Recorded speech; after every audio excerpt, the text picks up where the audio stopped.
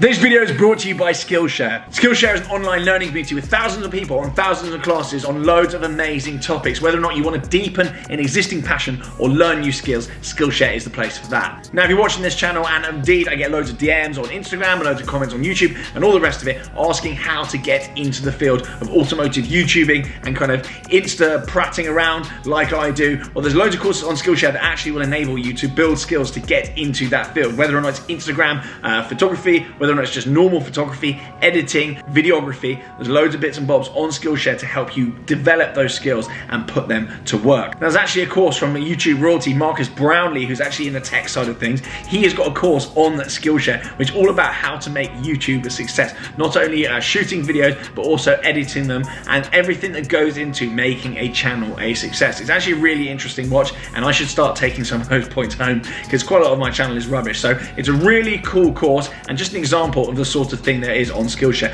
Of course, it's not just creative stuff like that. There's also things on kind of accountancy, there's graphic design, you name it, it's all on there. So no matter what you want to learn, the chances are it's on there because there's thousands and thousands of courses to choose from. Skillshare is also incredibly affordable, less than $10 per month for an annual membership. And unlike my YouTube channel, there are no ads either. It's specifically curated for you to learn with no interruptions. And Skillshare know people are busy, so the courses don't harp on for hours and hours and hours. They're usually about 45 minutes to an hour long. It's designed for busy people. And there's a new feature as well with Skillshare, live classes, so you can actually join in live as well. Really cool feature. It's actually like being in a classroom. It's great. Now, the really exciting bit, everyone loves saving money. The first 1,000 people to hit the specific link below, you have to hit that link. It's in the pinned comment. I made it nice and easy. Will receive 30% off an annual premium membership. They don't last long. The link gets absolutely battered, so make sure as soon as you see this, you click it, you get in the mix, and you get learning, get exploring. Enjoy, and as always, keep me posted with what you've learned, and when you've put it to practice, let me know what that is as well. So enjoy, get creative, and we'll get back to the video.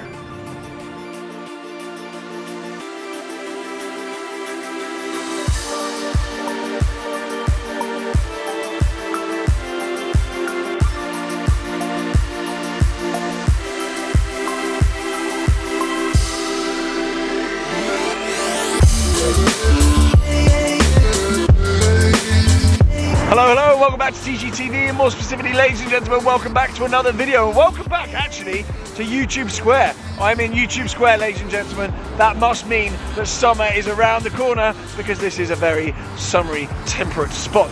So today we've got my Sls Amg behind me. I want to take you through first modifications I've done to this car because I've fettled with it and the results have been amazing. I'm really, really happy with it. So we're going to go into what I've done with my Sls Amg. Here she is, just look at her sat there, and in actual fact I've just been to Posh Wash. Many of you all know what Posh Wash is. A very nice car wash, very locally to here. So she's looking clean, she's looking a little bit lackluster up until this point. My number plate is on, and for those confused, it is supposed to say SLS TGE. The closest I could get was S15 TGE, but that's all legally spaced, all very exciting, and legal font and whatnot. It just looks so good clean. In fact, it looks a lot better with the handles back in. Let's tuck those in.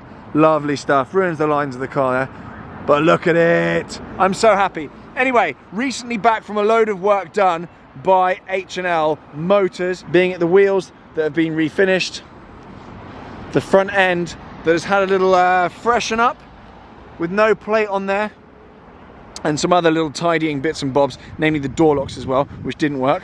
They now do, all very exciting. So let's jump in here and I'm going to show you exactly what I have done to this car. And we're going to do a little run through. I'm not going to take that long in this video, it's not going to be a feature length film, this one. But inside here, the main bugbear from this car was I can live with the dashboard there. I can live with that. You know, it's all quite retro and whatnot, and you've got your shift lights up there, and it's all a bit of a retro affair. You've almost got analog dials here on both sides, and quite a rudimental little screen in the middle here. Goodbye. Giving your basic menus. And I could live with the steering wheel with just kind of basic commands on it, and your volume up and down, your telephone and whatever. I can live with all of that stuff, right? But what I couldn't live with was this screen in the middle. So let's see if we can get her fired up now. Loading, loading, loading. This was what I hated about the car, and I had to do something about it. Yes, we know all of this stuff, thank you. Right, here we go then. This is the standard infotainment system in here. This screen here, it's operated actually by down here. But it's just poo. Well, I'll show you the sat nav. I mean, the sat nav, you know, it was good at the time in 2010, but it's just not good enough now. Video, I mean, I don't even know what video is. Telephone, it works, but audio, basically you couldn't hook up your own tunes in here. You had to use this little Bluetooth here adapter from Amazon, about 130 quid, that enabled you to listen to your music through here. Because inside here, you've got varying cables and whatnot, but I couldn't work out a way of getting my phone just plugged in and music working. So I'm relieved to say now, I might have to fire up actually, let's fire up. Lovely. I'm relieved to say now though that there is a solution. So I went to Sexton's in London and I said to them, guys, look, I don't want some fancy big screen in here. I don't want even this screen replaced. I don't want to lose the OEM system that's in there. I don't want any of the originality messed with. What I do want though is CarPlay, Android Auto, whatever it is. I want smartphone compatibility. And they said, yes, TG, no problem at all. We can do that. We can go one better than that. So now what you do, you hold the back button here and you go into this secret menu that pops up and you can do CarPlay.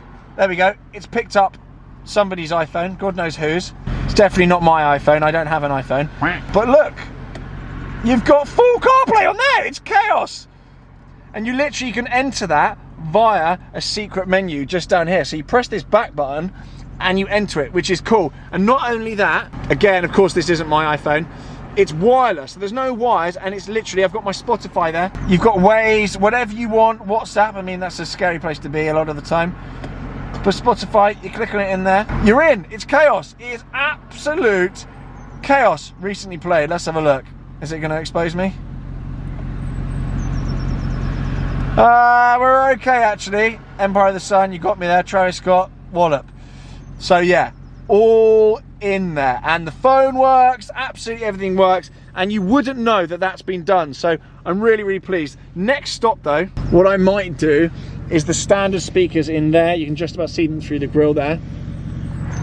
Some in the door up there and down there as well. You could have had this option, I believe, maybe with Harman Kardon, Burmester, Bang & Olufsen, I can't remember which one it was, but there was an optional upgrade audio package that came with this. This car is not spec with that, so I'm going to have a word with the guy at Sexton's and probably upgrade that. The sound's not too bad, but it is a little bit poo. So they'll probably upgrade the speakers there, upgrade the speakers in the dash, and put a subwoofer under one of the seats, as the OEM systems do, but I'll keep it looking all original. But overall, I just thought I'd run through this and just take you through this really cool system. And again, it's all controlled by this scroll here. It's not touchscreen. This is still the original screen. There we go. Look, YouTube Square on Waze. Chaos. All right, mate. Making some. Hold on. On that note, thank you very much for watching. Do subscribe, blah, blah, blah. Thumbs up. And I'll see you all very soon. And I'm amazed as you are that this was a whole video, but here we go. 2021. See you soon.